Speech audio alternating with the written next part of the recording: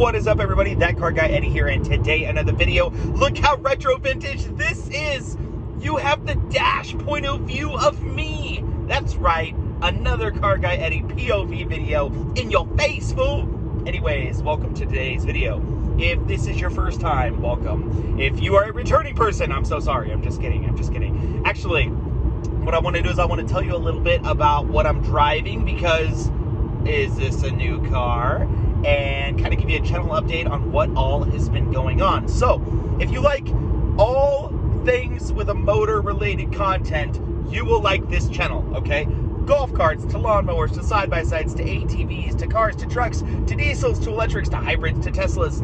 Like the video, and it helps out with the algorithm a lot. And definitely consider dropping a sub. There you go, shameless promotion. All right, so happy almost Christmas, everyone.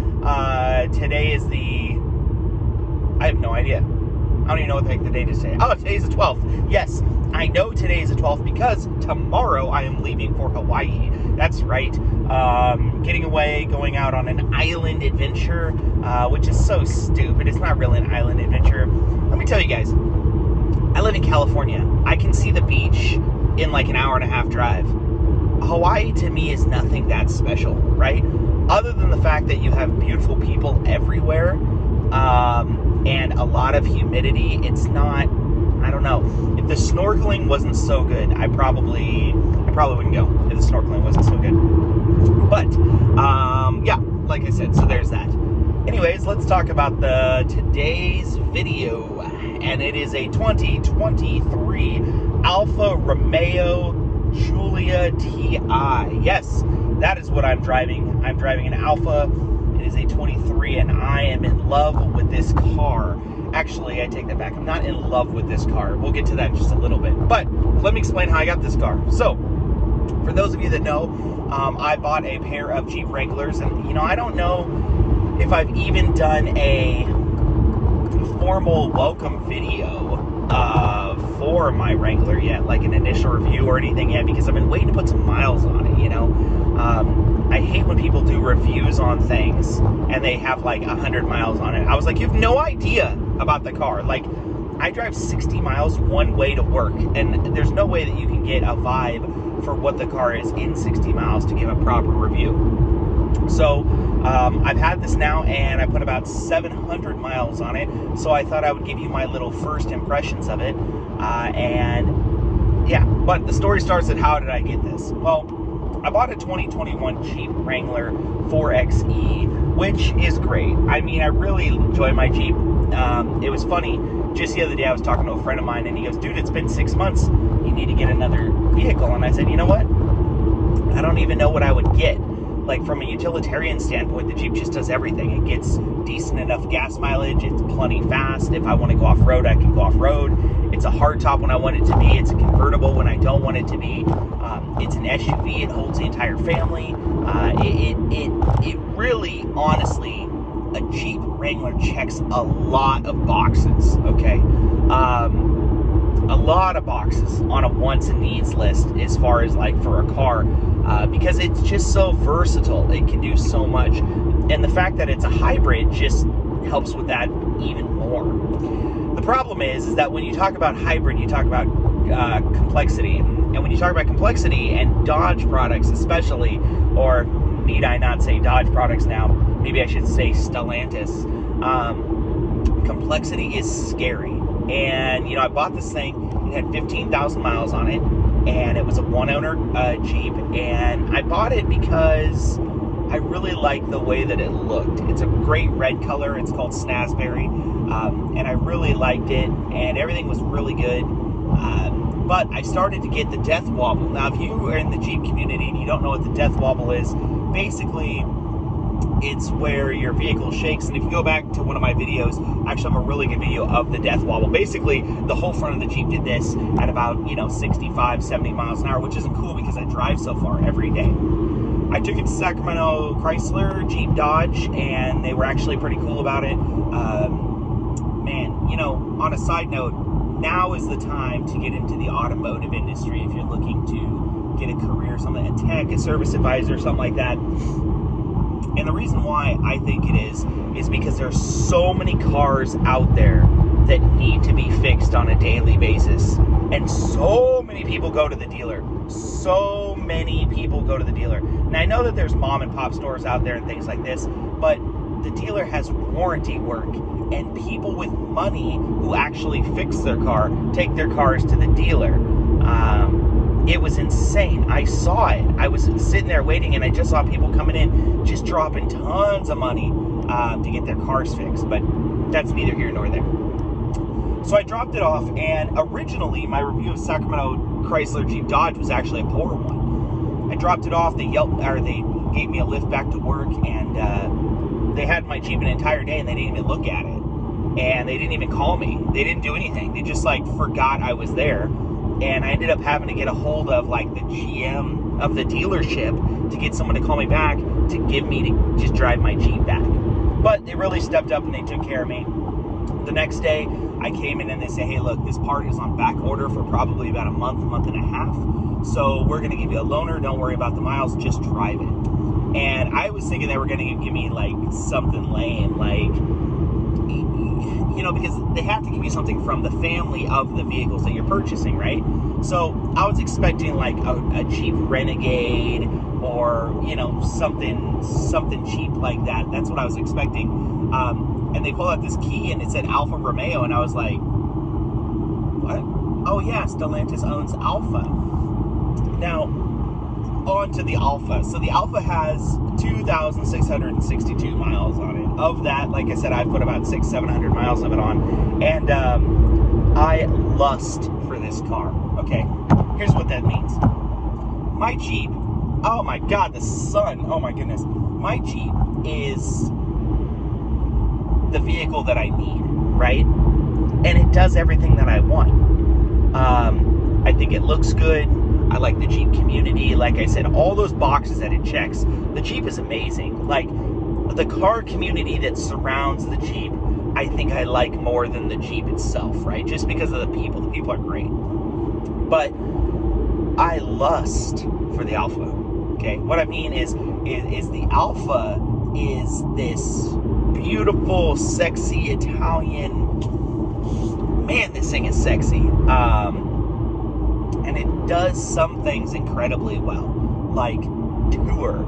I'm on the freeway and this thing has a nice comfortable speed, which is probably double how fast my comfortable speed in my Jeep is. And it's just comfortable, man. It's quiet. I can do my review videos. It rides well. It's got plenty of pickup, and it gets like 32 miles to the gallon, which is insane that they're able to do this. I did find out though in the weather though that it's rear-wheel drive. Oops. But yeah, I really like the Alfa. It is very, very, very, very nice in here. And it's weird coming from a Jeep to an Alfa because this is so Italian. It's different. I had to learn so many different things, like how to use the stereo, how to use the infotainment, where the start button of the vehicle was. It's just so different, and it's because it's something that I've never driven before. So, like I said, this is just prepping me for my F355 Ferrari that I'm going to buy one day.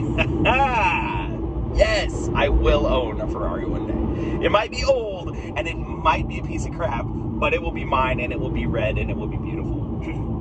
But yeah, so back to the Fiat. I almost called it a Fiat. Back to the Alfa Romeo. So yeah, like I said, the Alfa Romeo, it is a turbocharged 2-liter rear-wheel drive car. It makes just a little under 300 horsepower and over 350 foot-pounds of torque. Man, you can really feel it.